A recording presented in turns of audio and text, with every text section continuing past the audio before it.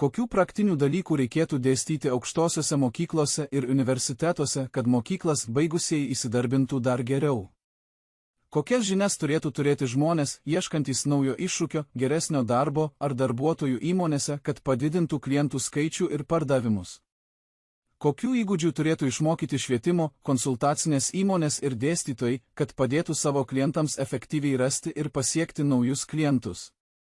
Esame Amerikos įmonė įsikūrusi Silicio slėnyje ir padedame įmonėms parduoti savo produktus įvairiose šalyse esančiose rinkose.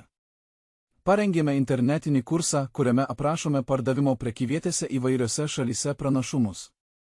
Siekiame, kad žinios padedančios didinti pajamas ir pardavimus būtų prieinamos aukštųjų mokyklų ir universitetų studentams bei švietimo ir konsultacinėms įmonėms, naujo iššūkio ieškantiems žmonėms, taip pat prekybos ir gamybos įmonių, sporto klubų darbuotojams, įžymybėms arba žiniasklaida.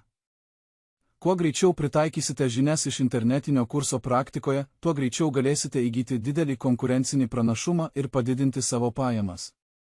Daugiau informacijos rasite adresu